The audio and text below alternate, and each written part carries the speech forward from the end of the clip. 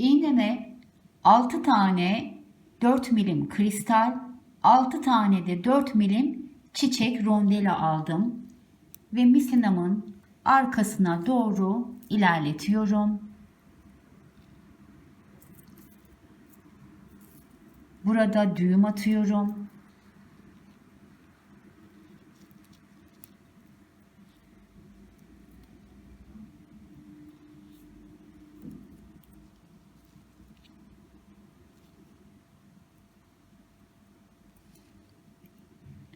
Fazlalık misinamı kesiyorum.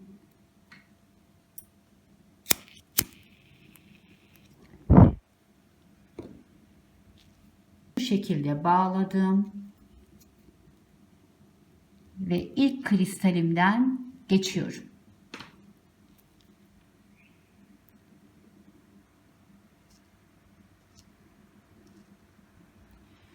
Buraya 3 tane gümüş boncuk alıyorum ve çaprazlıyorum. Gümüş boncuklarımı şu şekilde oturttum. Bir kez daha içinden geçiyorum.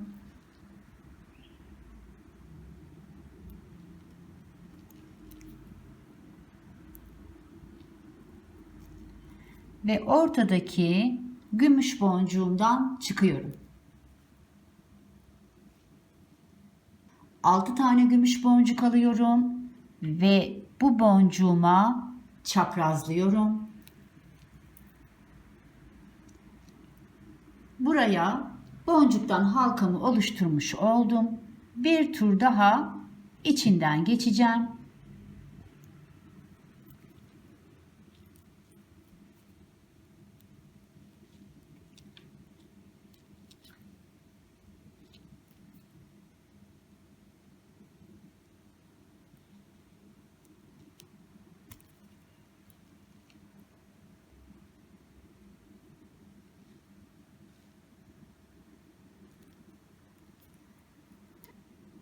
Ve tekrar kristalimin içinden geçiyorum. Buraya 3 milim kristalimi alıyorum ve şöyle çapraz gelecek şekilde şu rondelamın içinden ve önündeki kristalden geçiyorum.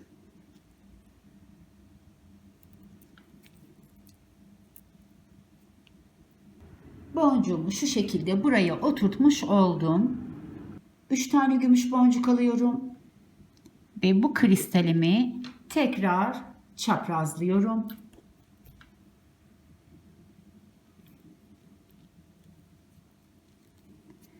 Bir tur daha içinden geçiyorum.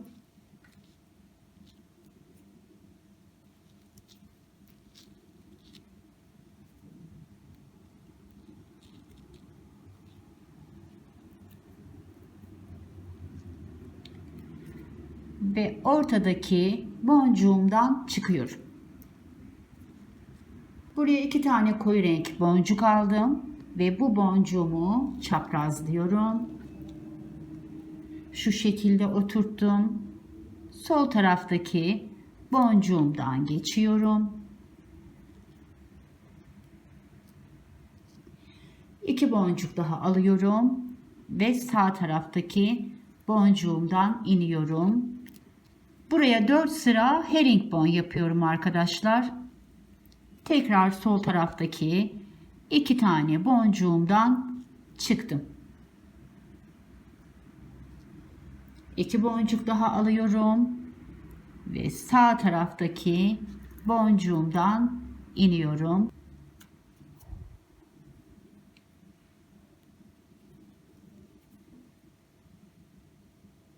Sol taraftaki 2 boncuğumdan yukarıya çıkıyorum. Son 2 tane boncuğumu aldım. Sağdaki boncuktan iniyorum ve soldaki 2 boncuktan yukarıya çıkıyorum. Gördüğünüz gibi buraya 4 sıra herringbone'umu oluşturdum. Bir tane gümüş boncuk alıyorum ve sağdaki ilk boncuktan aşağıya iniyorum. Buraya 11 sıfır boncuk, 2 milim boncuk, 11 sıfır boncuk aldım ve en alttaki boncuğumdan geçiyorum.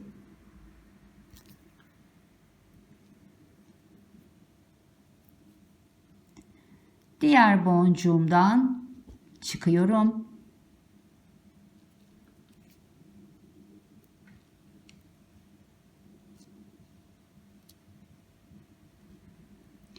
Buraya da yine 11 sıfır boncuk, 2 milim boncuk, 11 sıfır boncuk aldım.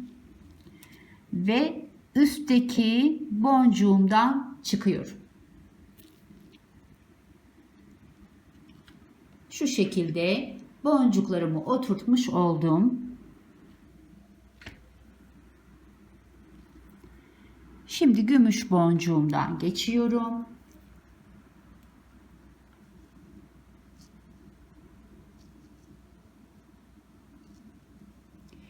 Bir gümüş, 4 no kristal, bir gümüş boncuk aldım.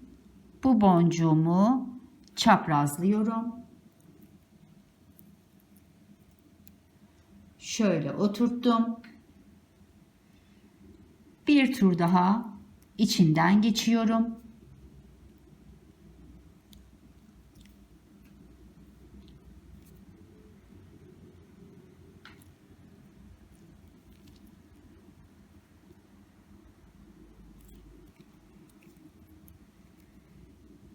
Tekrar kristalimin içinden geçiyorum.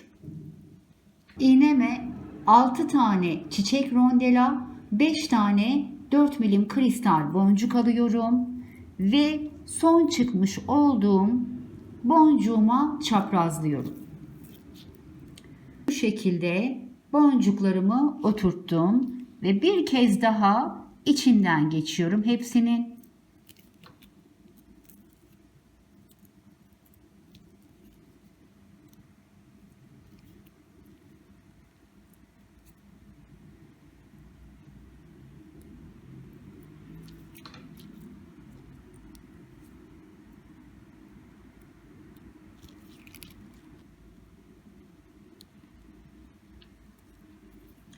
Şu şekilde boncuklarımı oturttum. Bir tane 3 milim kristal alıyorum. Yine çapraz gelecek bir şekilde karşı taraftaki rondeladan ve kristalden geçiyorum.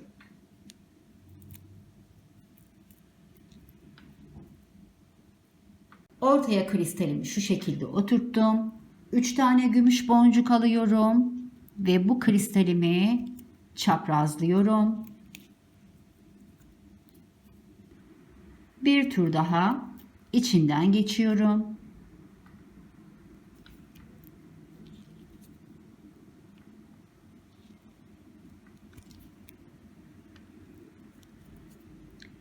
Ve ortadaki boncuğumdan çıkıyorum. Buraya 2 tane koyu renk boncuk aldım ve bu boncuğumu çaprazlıyorum. Ve buraya 4 sıra herringbone yapıyorum. 2 boncuk daha aldım. Sağdaki boncuğumdan geçtim ve soldaki 2 boncuğumdan çıkıyorum.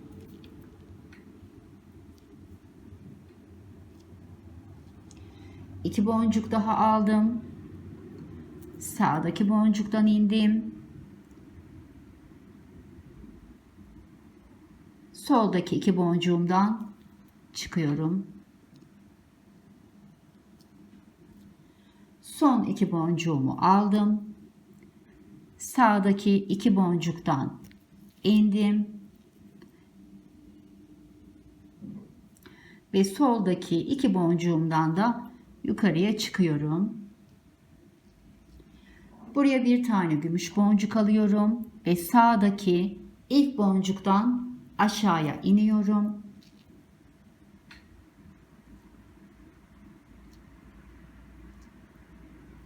...11,0 boncuk, 2 milim boncuk, 11,0 boncuk alıyorum ve en alttaki boncuğumdan geçiyorum.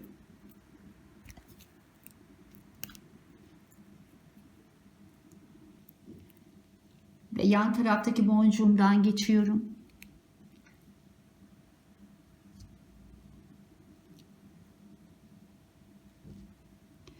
...11,0 boncuk, 2 milim boncuk, 11,0 boncuk aldım.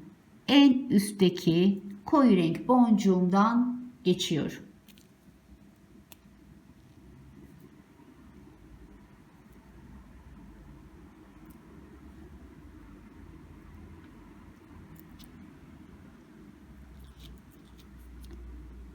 Ve gümüş boncuğumdan karşıya geçiyorum. Evet arkadaşlar, gördüğünüz gibi gayet kolay bir iş. Bilek ölçü boyuna kadar işimiz bu şekilde devam edecek. Bilek ölçü boyuna geldiğimizde birlikte kapamalarını takacağız. Evet arkadaşlar, ben bilek ölçü boyuna kadar ördüm ve geldim. Gördüğünüz gibi gayet kolay, çabuk yapılan bir bileklik ortaya çıkarttık. En son kısmına yine 6 tane boncuktan halkamı oluşturdum. Aynen başladığımız taraf gibi. Şimdi birlikte kapamalarını takalım.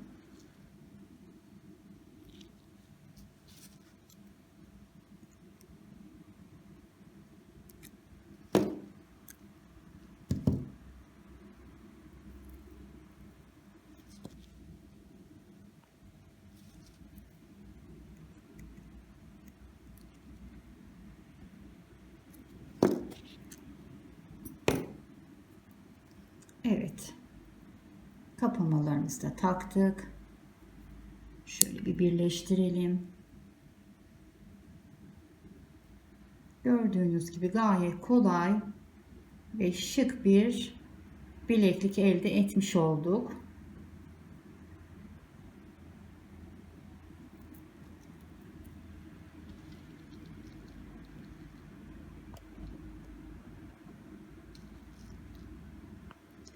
Evet arkadaşlar, bugünkü işimizi de tamamladık. Umarım sizin için faydalı olmuştur.